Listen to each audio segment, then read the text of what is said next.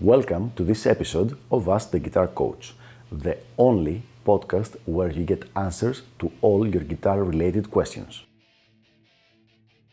If you're interested in developing your guitar skills and reaching your music goals, please send me an email at the email address ioannis@ioannis.org. That is ioannis@ioannis.org, so that I can let you know about all the different packages of elite guitar coaching and how you can get private coaching by me. Without further ado, let's go to our question for the day.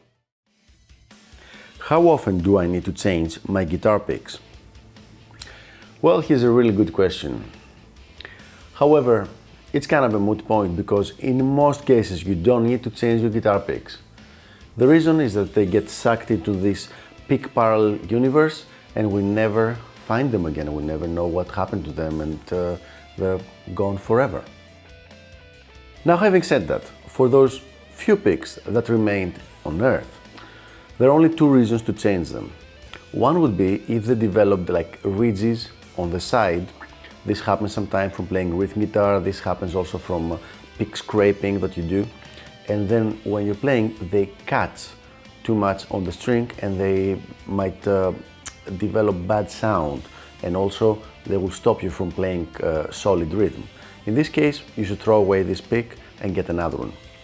The second reason that could happen, and this is only if you are a highly technical player who plays a lot of alternate picking, this is mostly for alternate picking, is if you have played a lot with a specific pick, specifically on the bass strings, it might lose its edge. So what do I mean by losing its edge? As we have a pick right here, the top here, the part that hits the string, if you have played a lot with it, especially as I said on the bass strings, it might get too, it just might get worn away.